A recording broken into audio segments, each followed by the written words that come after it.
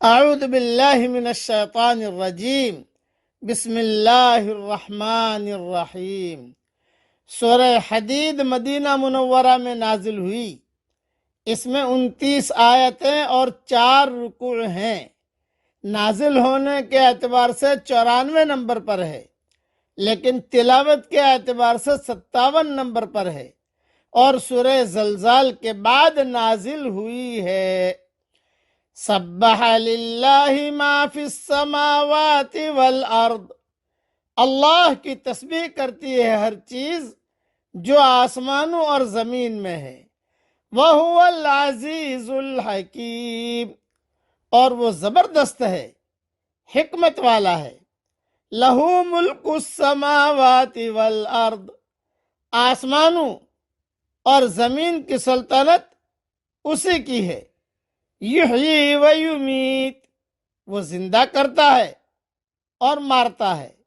وَهُوَ عَلَى كُلِّ شَيْءٍ قَدِيرٌ، اور وہ ہر چیز پر قادر ہے۔ هُوَ الْأَوَّلُ وَالْآخِرُ وَالظَّاهِرُ وَالْبَاطِنُ، وہی اول بھی ہے اور آخر بھی اور ظاہر بھی ہے اور باطن بھی۔ وَهُوَ بِكُلِّ شَيْءٍ عَلِيمٌ، اور وہ ہر چیز کا جاننے والا ہے۔ اس کی مختصر تشریح سن لیجیے۔ حدیث شریف میں آتا ہے کہ 2 کلمے اللہ تعالیٰ کو بہت محبوب ہیں، زبان پر ہلکے اور ترازو اور وزن میں بھاری۔ پڑھ لیجئے میرے ساتھ، وہ 2 کلمے کون سے ہیں؟ پڑھیے میرے ساتھ۔ سبحان اللہ و بحمدہ، سبحان اللہ العظیم۔ صحیح بخاری شریف میں یہ آخری حدیث ہے، اور صحیح مسلم میں بھی یہ حدیث ہے۔ وہی اول ہے وہی آخر ہے، کیا مطلب؟ وہی اول ہے یعنی اس سے پہلے کچھ نہ تھا۔ وہی آخر ہے یعنی جب کچھ نہ ہوگا وہ ہوگا۔ وہی ظاہر ہے یعنی وہ سب پر غالب ہے، اس پر کوئی غالب نہیں۔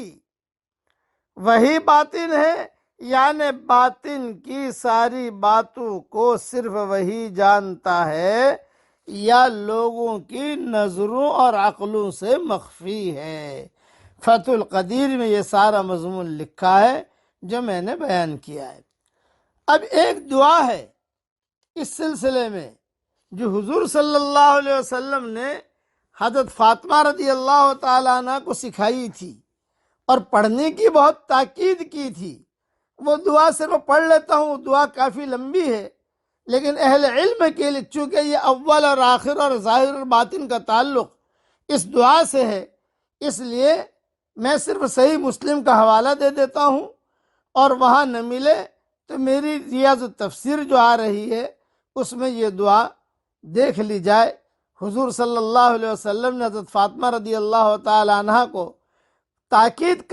پڑھنے کی تاکید کی تھی، اور فرمایا تھا کہ بیٹا یہ دعا قرض کے لیے مسنون ہے، اول اور آخر اور ظاہر اور باطن کی تفسیر بھی اس میں آ گئی ہے، اس لیے یہ دعا وہاں دیکھ لی جائے ریاض التفسیر کے اندر انشاءاللہ۔